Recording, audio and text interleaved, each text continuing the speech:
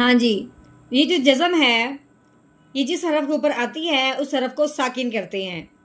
ठीक है, अब साकिन हरफ जो भी हो, जिस हरफ के ऊपर भी जज़म आए, जब वो हरफ साकिन होता है तो जो उससे पिछले वाला हरफ होता है वो उस साकिन वाले हरफ के साथ मिल जाता है। अब पिछला हरफ कौन सा है? बा है।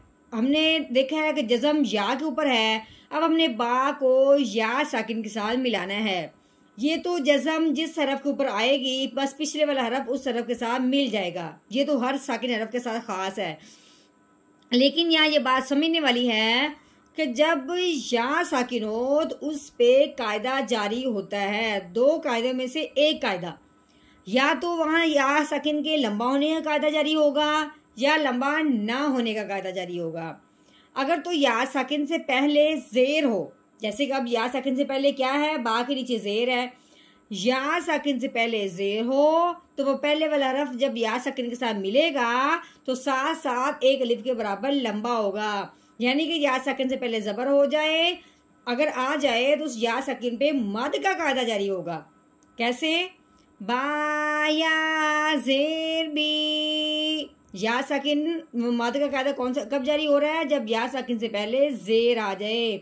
इसी तरह या साकिन से पहले जब जबर आ जाती है तब मद का नहीं बल्कि लीन का कायदा जारी होता है। लीन का मतलब क्या होता है? लफ्ज को हमने नरमी से पढ़ना है, खींच के हरगिज नहीं पढ़ना। अगर तो बा के ऊपर जबर होती फिर हमने पढ़ना था बा या जबर बाई, यानी कि हमने लंबा नहीं किया, नरमी से अदा किया है। या साकिन से पहले जेर हो तो हमने इसको खींच के पढ़ना है बा या जेर बी। आगे नहीं समझ कि हमने या साकिन को मद का कायदा कब जारी करना है? या साकिन पे, और या साकिन पे लीन का कायदा। लीन का कायदा जब या साकिन से पहले जबर हो और मद का कायदा जब या साकिन से पहले जेर हो।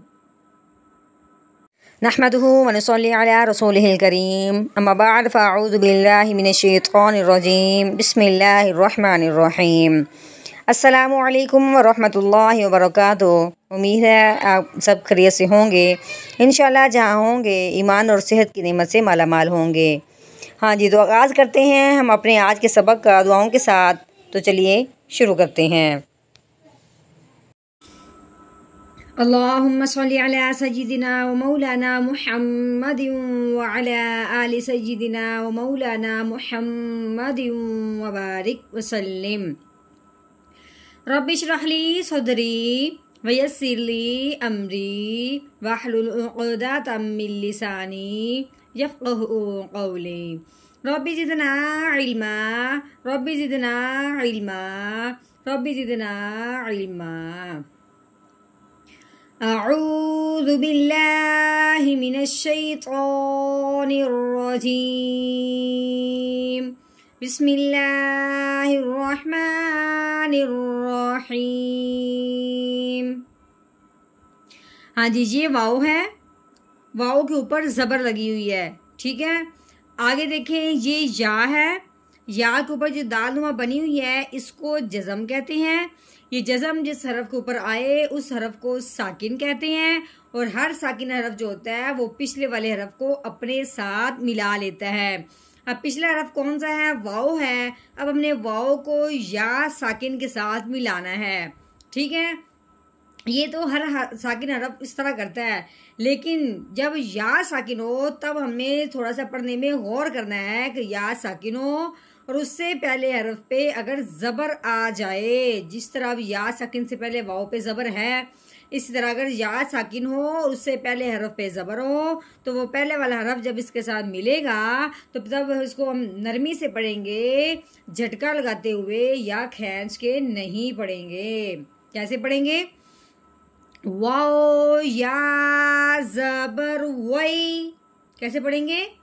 वाओ या ज़बर वई। आगे ये लाम है, लाम के ऊपर लगी दो पेश। ठीक है, लाम के ऊपर दो पेश हैं, दो ज़बर हों या दो ज़ेर हों या दो पेश हों उसको तनवीन कहते हैं। अब तनवीन को पढ़ने से पहले जब आगे देखा है, आगे या है, या के ऊपर तीन दंदों वाली शाद लगी हुई है। अब हमने क्या करना है, शाद वाला जो भी हरफ होता है वो भी या साकिन यानी साकिन हरफ की तरह पिछले वाले को अपने साथ मिलाता है। अब शाद वाला हरफ या है, अब हमने लाम को या मुशद्दद के साथ मिलाना है, साथ साथ हमने गुन्ना भी करना है। कैसे? लाम या दो पेश लुई वई लुई। ठीक हो गया। आगे देखें, या के ऊपर जबर है, वाओ साकिन है। हमने क्या कहा था कि जिस तरह या साकिन की तारीफ होती है इसी तरह वाओ साकिन की भी तारीफ होती है। जिस तरह या साकिन से पहले जबर आए तो उसको लीन कहते हैं, इसी तरह वाओ साकिन से पहले भी जबर आ जाए तो उसको लीन कहते हैं। लीन का मतलब है लफ्ज को नरमी से पढ़ना है, खींच के बिल्कुल नहीं पढ़ना। अब हमने क्या करना है, या को इस वाओ साकिन के साथ मिलाना है, फिर साथ साथ नरमी से पढ़ना है, खींच के झटका लगाते हुए नहीं पढ़ना। कैसे? या वाओ जबर याओ, मीम के ऊपर जबर लगी हुई है, मीम जबर मा याओ मा। आगे ये हमजा, हमजा के नीचे जेर लगी हुई है। ठीक है, हमजा जेर ई यौमा ई। आगे राल, राल के नीचे दो जेर लगी हुई हैं। दो जेर को हमने क्या कहा था? दो जबर दो जेर या दो पेश को तनवीन कहते हैं। अब राल के नीचे तनवीन है, आगे जो लाम है इसके ऊपर क्या लगी हुई है? शाद लगी हुई है। शाद वाला जो हरफ होता है वो पिछले वाले को अपने साथ मिलाता है। अब हमने राल को लाम शद्दत के साथ मिलाना है, तो कैसे पढ़ेंगे? राल लाम दो जेर रिल यौमा इदिल। हाँ जी, लाम के नीचे जेर है, उसके आगे लाम के ऊपर जज़म है, लाम साकिन है। अब हमने इस लाम को इस लाम के साथ मिलाना है, इसके ऊपर जज़म आ गई है। कैसे पढ़ेंगे? लाम लाम जेर लिल यौमा इदिल लिल। हाँ जी, आगे देखें, आगे ये मीम है, मीम के ऊपर लगी हुई है पेश, मीम पेश मुंह। काफ के ऊपर जबर है, आगे राल, राल के ऊपर शाद आ गई है। काफ को अब हमने राल के साथ मिलाना है शाद की वजह से। राल को नरमी से पढ़ना है। कैसे? काफ राल जबर कर मुकर। राल के नीचे जेर है, राल जेर दी मुकर। आगे देखें, ये बा है, बा के नीचे क्या लगी हुई है? जेर लगी हुई है। आगे या के ऊपर जज़म आने की वजह से या साकिन हो गया। या साकिन हो, उससे पहले हरफ के नीचे जेर आ जाए तो वो पहले वाला हरफ जब या साकिन के साथ मिलेगा तो साथ साथ एक अलिफ के बराबर लंबा भी होगा। कैसे पढ़ेंगे? बा या जेर बी मुकर्रिबी नून जबरना मुकर्रिबीना।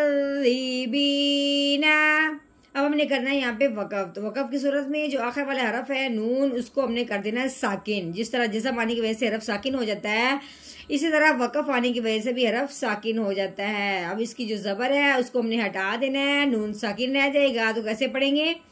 आगे वक़फ़ मुकर्रिबीन मुकर्रिबीन। हाँ जी, मुकम्मल आयत का हमने कर लिया है तोड़। अब हमने करना है इसका जोड़, यानी कि रवानगी के साथ पढ़ना है। तो चलिए शुरू करते हैं।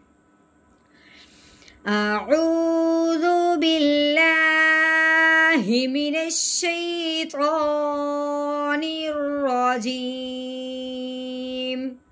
सूरतुल मुतफ्फिफीन मक्किय्यह। बिस्मिल्लाहिर्रहमानिर्रहीम। वैलुन यौमइज़िल लिलमुकज़्ज़िबीन। वैलुन